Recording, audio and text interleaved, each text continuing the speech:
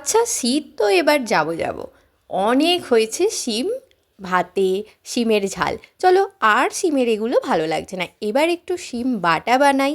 নিয়ে নিলাম হালকা ভাপিয়ে শিমগুলোকে, তার মধ্যে দিলাম লঙ্কা আর কালো জিরে, ভালো করে মিক্সিতে আমি বেটে নেব। এই দিকে সর্ষের তেলের মধ্যে দিলাম বেশ অনেকটা রসুন কুচি।